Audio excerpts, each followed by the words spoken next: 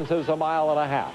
Here is the field now. The big story, of course, the day before the Belmont, the favorite Timber Country was scratched from the race. City at 6-1 has the rail off and away from Ireland at 5. Panabras, huge price at 79. His Vakitis at 67. Abe's Flag at 29. Composer 10. Wild Sin, Colonial Secretary. There's Knockadoon at 5 with Chris McCarran. Thunder Gulch, the 8-5 favorite after Timber Country was scratched. Star Standard on the outside. Here's the call with Dave Johnson from ABC. We're ready for the start of the Belmont Stakes, a mile and a half, all 3-year-olds, and they're off. And is Vakitis away quickly, but from the far outside, as expected, Julie Crone sends Star Standard to the lead.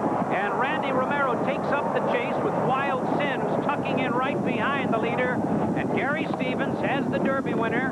Thunder Gulch on the outside, racing third, as Citadine now finds some room and moves up along the inside rail. So as they round the first turn here at Belmont Park, it's Star Standard in front. Eddie Maple has Citadine along the inside, and just on the outside is Randy Romero with Wild Sin reclaiming the second spot. Wild Sin is second, Citadine third.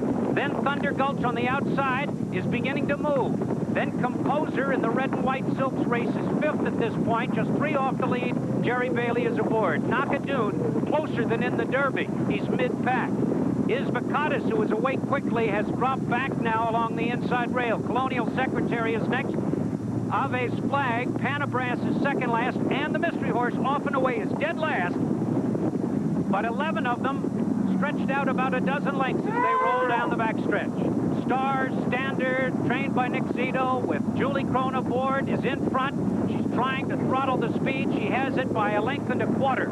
And the half was in a lazy 50 and 1/5 seconds. She's doing a good job of slowing down the fractions, but Wild Sin is right there. The Bluegrass winner, who was last in the Kentucky Derby, is right there between horses second, and on the outside, Thunder Gulch looks poised to pounce. And now Thunder Gulch on the outside with Gary Stevens lets out a notch, and with a half mile to go, they're on the far turn with Star Standard in front. And on the outside, here comes Thunder Gulch.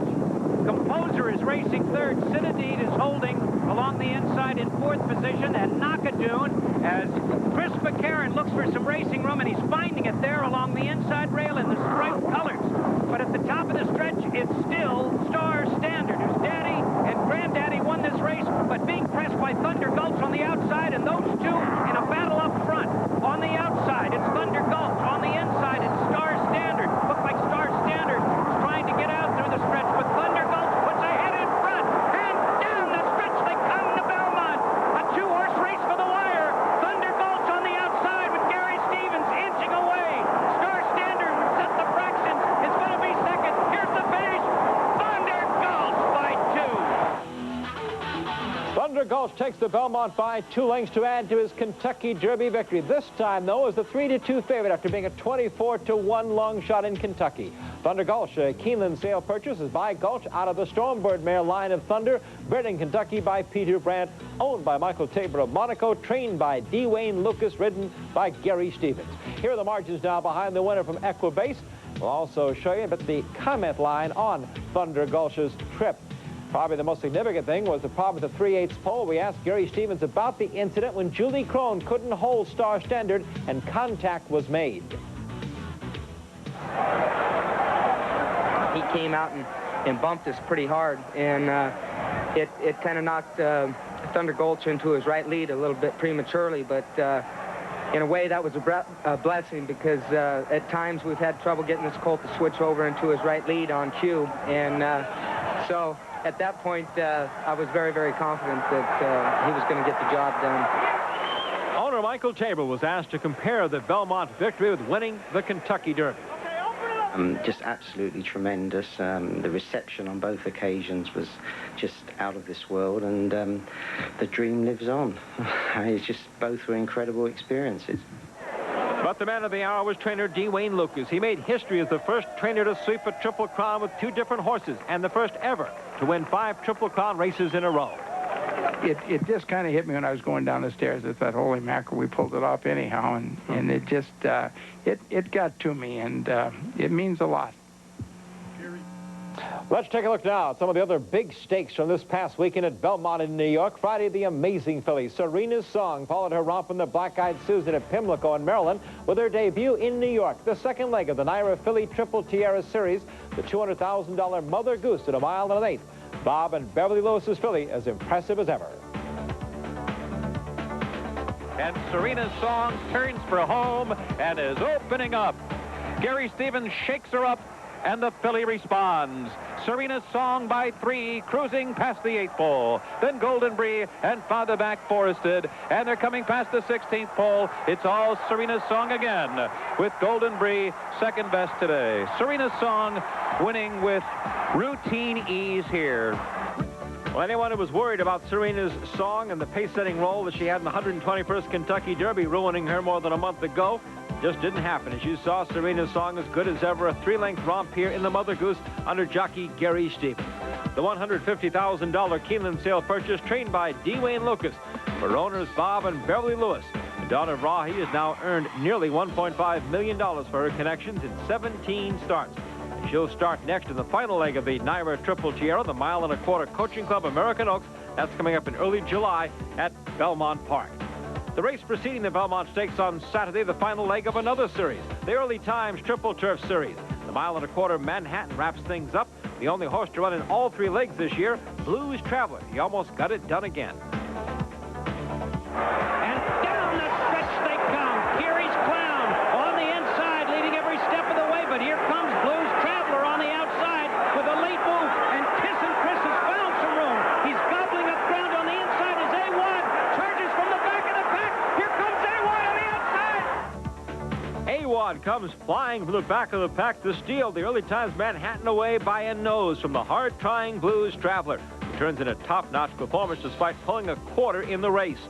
As for A1, who went off at odds of 7-1, he's the son of Caveat out of Dancer's Candy, a seasoned veteran of the track, having made 40 starts now for trainer David Donk and owner Rye Hill Farm. Good look there at jockey Eddie Maple and a fine ride by the veteran, as the millionaire A1 could start next in the July 1st Bowling Green Handicap at Belmont.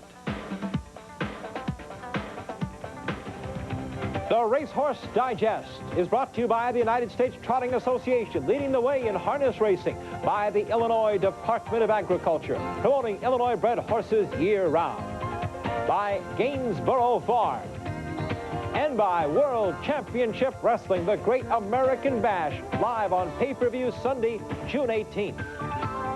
Back on the Digest, our recap of quarter horse racing now. We'll start in Oklahoma, the $287,000 plus Remington Park Futurity, the richest race of their quarter horse meeting. The even money favorite, the fastest qualifier, Elegant Dasher, owned by Gene Voss, trained by Toby Keaton. They were trying for their second straight Remington Park Futurity win. They're off in the Remington Park Futurity. And Elegant Dasher was out slowly. Heading toward the front is Game Streaker. Game Streaker, the early target, then he's a Ramblin' Man. Racy Runner right there on the far outside. It's Game Streaker with the lead. He's a Ramblin' Man. Is closing up second. Game Streaker has won the Futurity. A couple of long shots take the top 2 places in the Remington Park Futurity. Game Streaker at 6-1, winning by a neck over the 12-1 shot. He's a Ramblin' Man.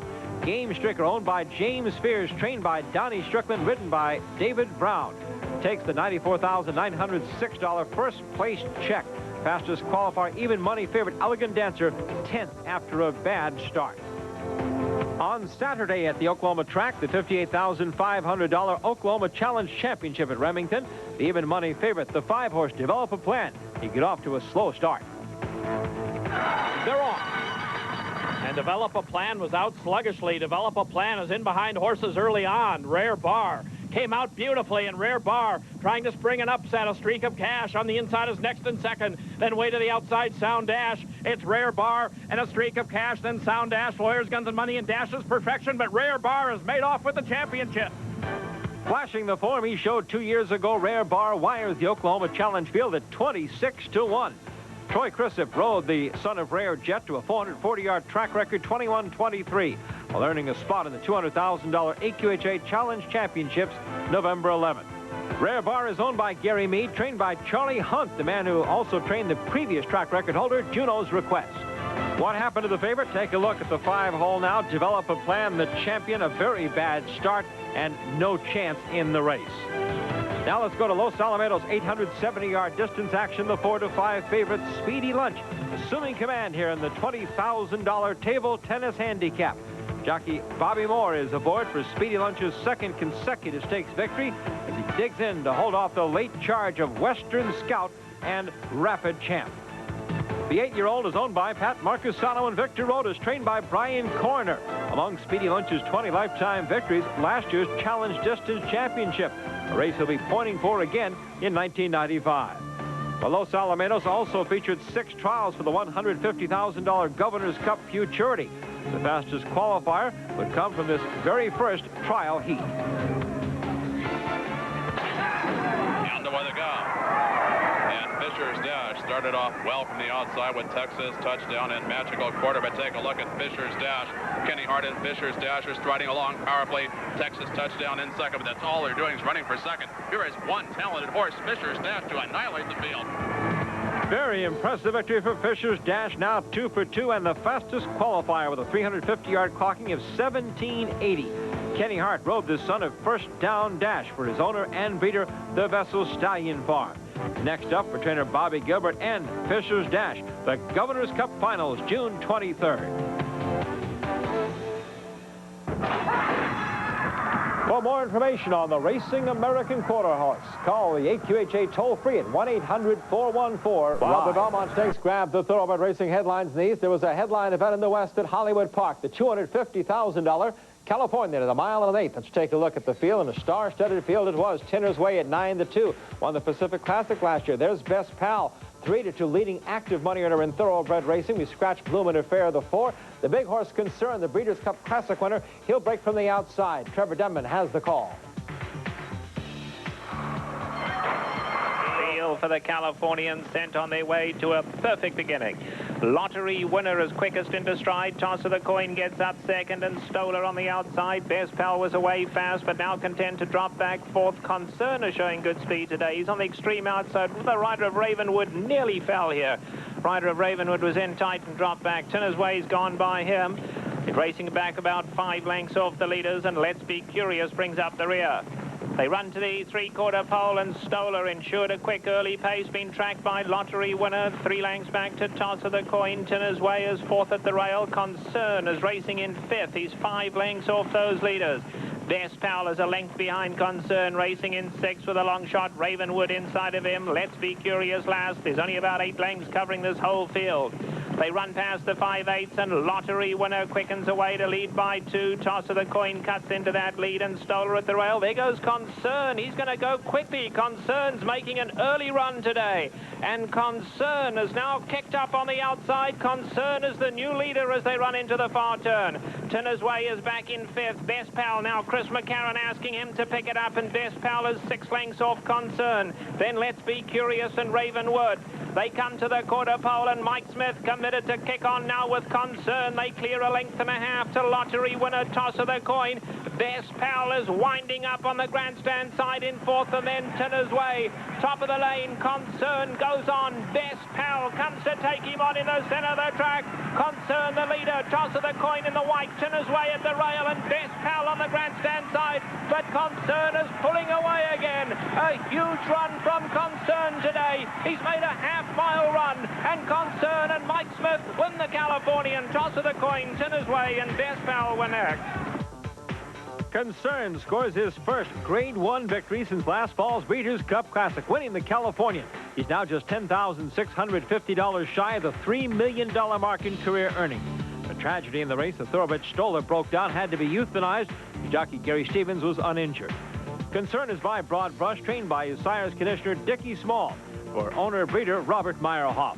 The Maryland bred now returns to his home state to prepare for another trip out west, the July 2nd Hollywood Gold Cup. You'll see it live on ESPN. Another Maryland bred, a winner at Hollywood on Saturday with 3-year-olds and up, stepped onto the turf for the mile $165,000 Shoemaker handicap. Even money favorite, Unfinished Simp, would go wire to wire here, taking his 2nd straight graded victory after returning from a 5-month layoff. The man in the irons, jockey Chris Anthony. The Australian bred Rapan Boy just edged out the 7-year-old gelding Journalism for the place.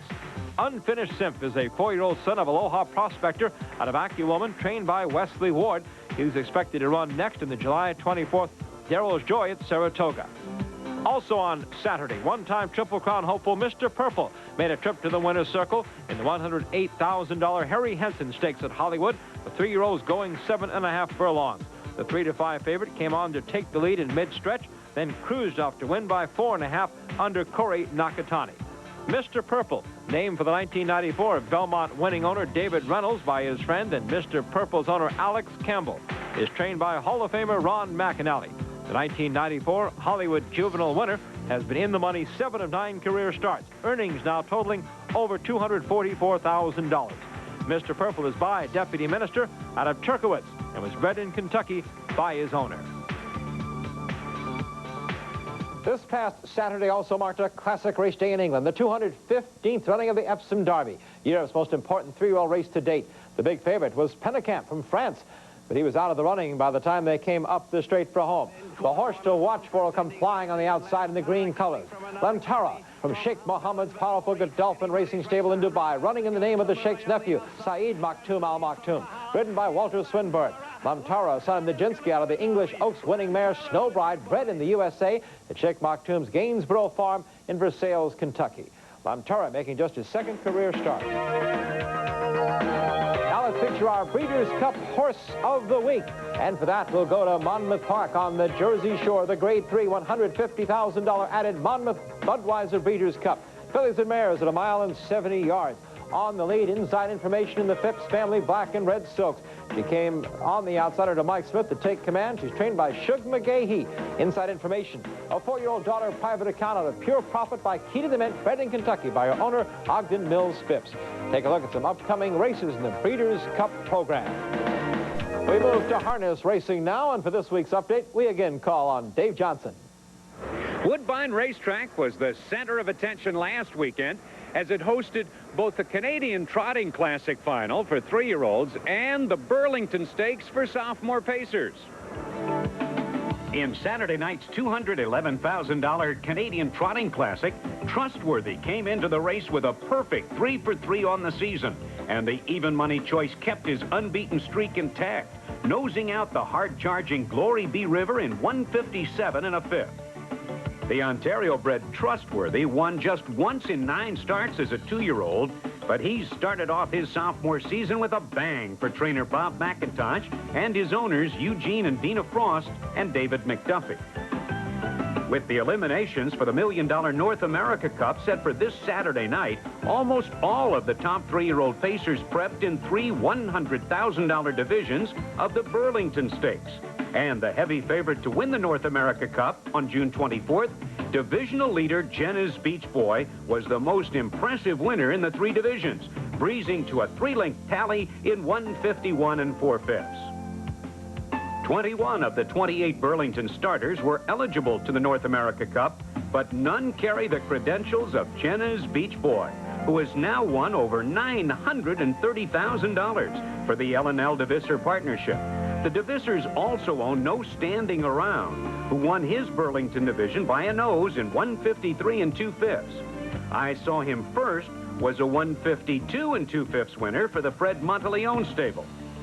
In the $129,000 final of the John Miller Memorial for 3-year-old pacing fillies Saturday night at Pocono Downs, Staying Happy rallied under the urging of Bill O'Donnell to beat Silks and Diamonds and the 4-5 favorite Janet's Jewel in 155 2/5. Owner R. Peter Heffring is known for all the great horses he's had under trainer Bill Robinson, but Staying Happy is handled by trainer Linda Toscano, and he's now posted 5 wins in 7 starts on the season. The Meadowlands will host the $200,000 Driscoll Final this Saturday night, and the favorite should be Village Jiffy, who was awesome in victory in his $75,000 elimination heat last weekend, going wire to wire and boldly holding off the late challenge of Ball and Chain to win in 150, the fastest mile of the season. If Village Jiffy is not the favorite, Make a Deal should be, after he romped in his Driscoll elimination, beating Battle of Lake Erie winner Lusty Leader by 3 lengths in 150 2/5. After winning his 5 starts of 1994, including the Cadillac Breeders' Crown, Village Jiffy is back in top form, as is Brittany Farms' Make a Deal, who did not make his first start of the season until May the 6th. Trotting sensation CRK Susie rebounded well in the $100,000 New Jersey Sire Stakes final on June the 6th, wiring the field in 154 4/5, just 1/5 of a second off the Meadowlands track record for 3-year-old trotting fillies. One Triple Crown contender was lost in the New Jersey Sire Stakes, however, when divisional champ Donna Rail here uncharacteristically tired down the stretch and finished 3rd to Climbing Bud in his $100,000 final on June the 7th. Hall of Fame trainer Stanley Dancer, who suspected his colt was not getting enough air, immediately announced he would not enter Donna Rail in the upcoming Yonkers Trot.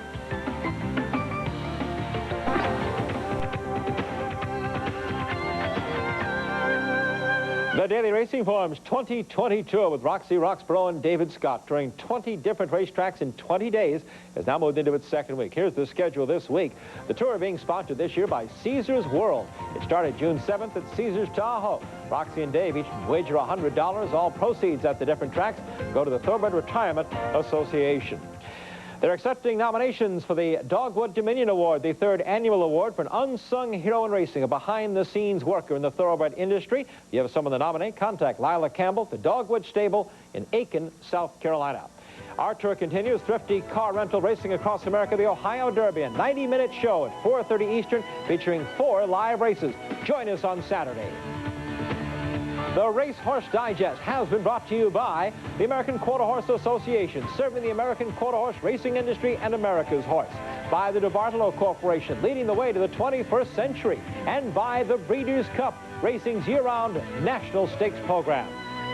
Transportation provided by Thrifty Car Rental. For reservations at over 850 locations worldwide, call Thrifty at 1-800-4CARS. This has been a Winter Communications presentation in association with ESPN.